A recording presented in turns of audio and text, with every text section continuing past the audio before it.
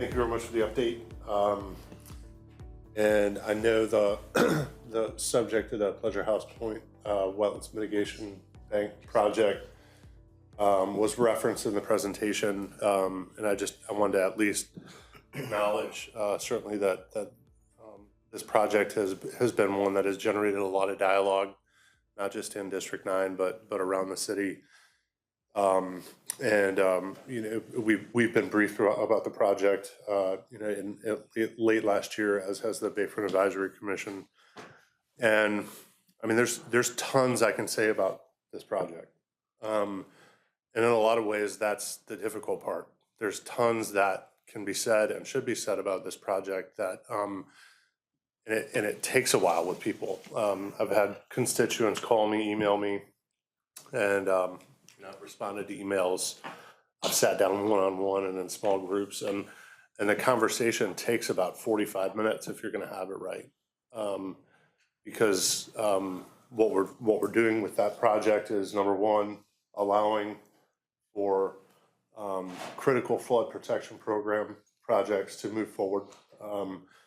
But what we're also doing is we're creating wetlands in an area that originally had wetlands there to begin with, which is of tremendous environmental benefit, serves critical biodiversity functions, shoreline stabilization, among others. So there are certainly some challenging aspects to this project, and including and especially the abbreviated timeline. There's a reason for that. I don't think anybody in the city of Virginia Beach likes it when trees are cut down. So that is obviously a challenging aspect to this project, but we're also, there is also a ton of good things to say about what has happened so far, including the flood protection program benefits and the ecosystem benefits. But we've had coordination between Parks and Rec and environmental nonprofits and neighborhood representatives and the environmental studies program to help ensure that wildlife impacts are minimized, to help incorporate wildlife protection mechanisms into project plans. We coordinated 3 separate occasions for tree salvaging efforts that resulted in over 650 trees and over 100 wetlands grasses being salvaged. And these were 60 volunteers, combined 300 plus volunteer hours. Those trees, live oaks in Virginia Beach, a particular strain, are more disease resistant than other strains. And those saplings are currently, most of them, at the Virginia Tech Agricultural Research Extension Center, research being done on them to how to further propagate the species in Virginia Beach, this disease tolerant species. Our staff and our communications department, our public works staff, our Parks and Rec staff have gone out of their way to be and above and beyond, creating a project website, brochures and signs at rec centers and along the area, in Pleasure House Point itself. So I say all of this. There was a bus stop that was relocated. So there is coordination being had. There is tremendous care being taken to protect the environment, to minimize impacts to neighborhoods. This is, I will say again, I mean, it's just a difficult project to explain to people because it takes time. I'm willing to take the time with anybody. And it doesn't matter if it's one person or 10 people at a time.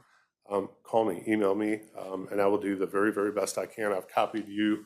I've tried to copy you, the council, on the responses that I've given to constituents who have inquired about the project, because I want you to be aware as well, if you've got constituents who come up to you and ask questions as well. So I'll just leave it at that. Thank you very much for all the help you've given. Okay, and before we get to Worth, the manager and vice mayor and I have had discussions about, once again, there's some ambiguity out there and confusion and misunderstanding about what's going on here. LJ, when you presented that informal session a while ago, I thought you did a good job of articulating the benefits and the whys. And it just may be, we talked about maybe some enhanced, public output and things. I don't know, maybe if you gave another, presentation that, that would be videoed and everything and give people access to that, because I thought you did a magnificent job. Fantastic. And, this is a complex, the whole thing, Pleasure House Point, and what we're doing with stormwater is of incredible magnitude and incredible complexity. And it's rough for the neighborhoods to grasp. But the good news is, whether it be in District 3 or all over, these projects are now becoming visible out there. But once again, it's a really complicated where something may happen in one district, Josh's, that affect Michael's district. And I think that that bridge of understanding is going to be critical, going forward. Okay, Worth and then Barbara. Thank you, Mayor Dyer. Thank you, Councilman Schulman, for your patience and work on this topic. And so I've got a question I'll go ahead and ask first and then a statement after that. So Mr. Hanson, to clarify one issue that's out there right now, the work being done at Pleasure House Point does have a permit, correct? And if secondly, any status of an appeal out there that could stop this project, or is there an appeal or not? So the work has a permit, and then and we're proceeding in accordance with that permit. Mark will speak to the notion of the appeal that was filed. So just walking in here, I got an electronic copy of a notice of appeal that was filed by a single citizen acting pro se. A notice of appeal must be filed within 30 days of the agency action. That is not an appeal itself. That is a sort of what it says, a notice of appeal. That person still has to file a petition for appeal, and that would have to be filed within 30 days of today. So we've received a notice, but we haven't received a petition. And so I don't see anything that, at least in the short term, would interfere with proceeding with the project. Okay, Barbara, and then, we'll go right ahead. And just a follow-up statement in general, thank you, Mr. Waller and Ms. Pica, for your work. And I'm on the liaison with the board. And so it was my question to you all, where are we with this overall project? And this is a $567.5 million project that's going to be costing more. And I love the analogy of the bamboo tree, because a lot of work has been done to date, engineering. So I appreciate your work, but we'll also be hearing from you for the next quarter, for the next 10 years or so. So thank you for your effort on this and the board as well. It's a lot of work. We still have a lot more to go. Okay, thank you, Worth. Barbara, and then Tash. Well, I think you were talking about the confusion that's out there about the project, the Pleasure House Point project, and it goes to this question of the wetlands banking and the ability to purchase the credits. And I think that was the basis for the project. And that's what I just don't quite understand, what everybody is telling us now. And could we just have sort of a recap of that situation? And, where there, I know the rest of you are probably getting the same emails and all that I'm getting, that people are saying that we could have purchased these credits. You don't have to do what we were doing. And I don't understand. So could you please straighten me out on it and give me the background information and step by step? Yes, ma'am. Good question. When the project, when I say this part of the project, when the mega bundle project, this is the work that was predominantly scheduled to occur in District 3.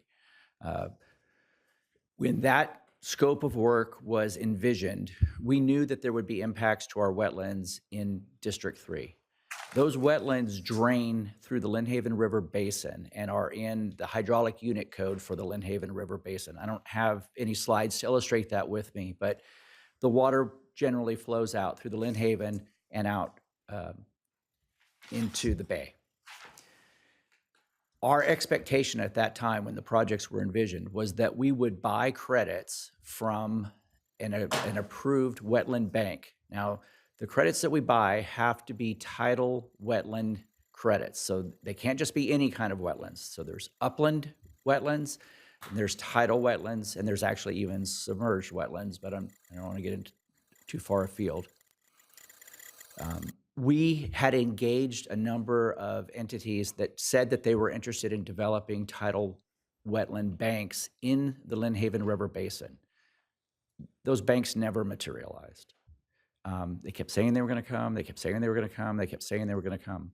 We had, as a contingency plan, a previous project that was put together at the point when the city purchased the Pleasure House Point area. When they purchased that area, they engaged a number of environmental firms, agencies, and citizens to come up with a plan for what the future of Pleasure House Point should be. As part of, not in its entirety, but as part of that plan, there was about 8 acres that were set aside to be restored to be a tidal wetlands. That restoration would allow us to use that restoration as a bank for municipal projects only. Again, we can't use them for anything else. We can only use them for our own projects. The project was developed. The instrument, the banking instrument, was developed but not finalized. The project wasn't funded, but it was still envisioned to happen.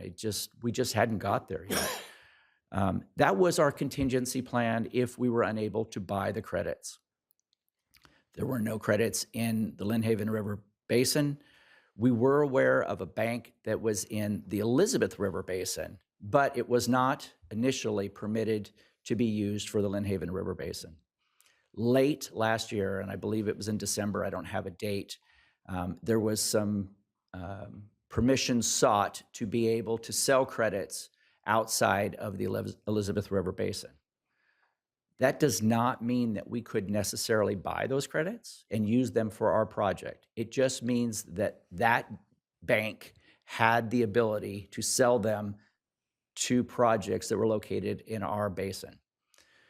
In order for us to know whether or not we could actually use them, we would have to have our projects in District 3 completely ready to be permitted. We would have to make application for the permits. We would have to be approved for all of that. When we got down to the point where we didn't have a guaranteed path forward, that's when we came to City Council and said, we believe this is the path forward. There's been a push in the last couple of months to say the city should have tried to go that other avenue, buy the acreage from the bank that's located in the Elizabeth River. Again, it's not, these are not commodities that you just buy and put in your back pocket. They have a specific purpose. They're tied to a permit. They're tied to a specific use.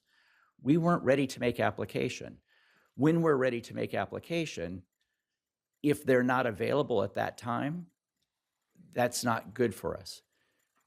If we bought them, even if we did some type of an arrangement with the bank where we said, hey, we want to reserve 5 acres of wetland credits. If we get to the point when the permit is being cut and the Corps says, well, we would allow you to use 1 acre, well, now what do we do? Right? That's the part of the problem that exists because it's not inside the same hydraulic unit code. We recognize that there's some element that exists there, but there's not enough certainty that says this is the right way for us to go. And that is why the Department of Public Works has encouraged City Council to stay the path and continue at the Pleasure House Point. One other thing that I would really like to mention is we're putting a lot of emphasis on the timeline, and the timeline is really very much geared towards what's happening in District 3. But this project in and of itself this is going to be a great project for District 9. I think there's some impression that we're sacrificing the environmental condition in District 9 to do something in District 3.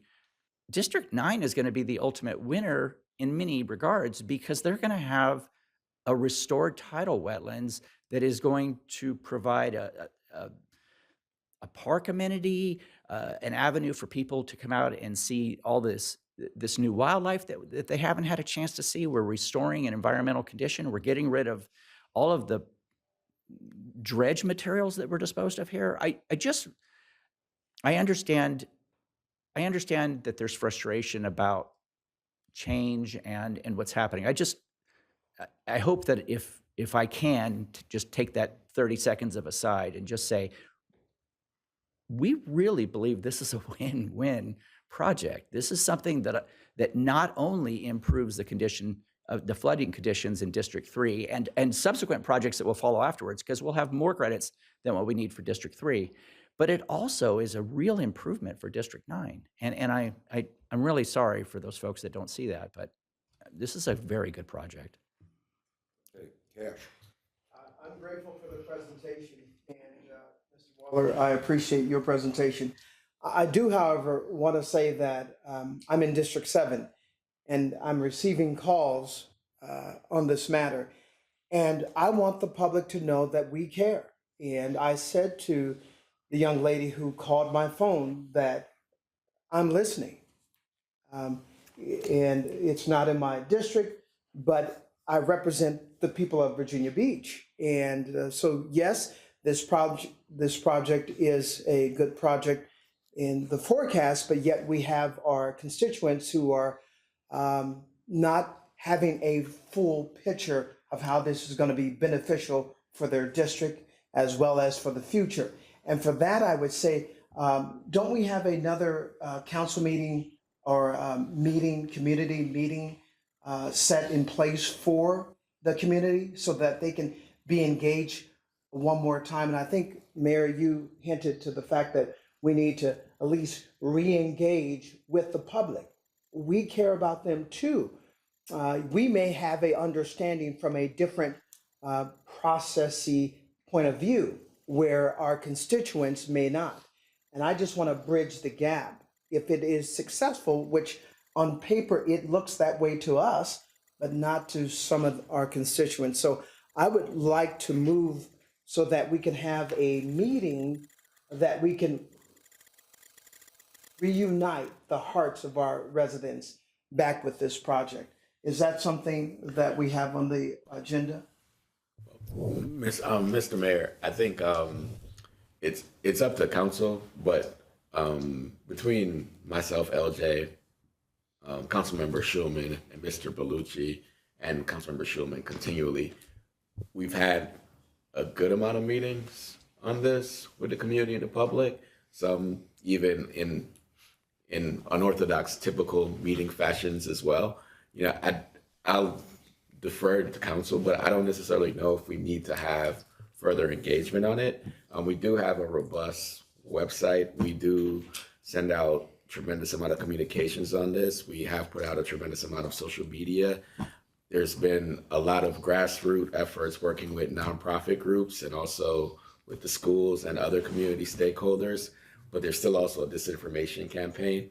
I don't know if we'll get any material benefit from having another organized community engagement effort. There's been 3 public meetings on this, let alone the one-off meetings that all of us have had on this matter. You know, but I'll defer to the council, obviously.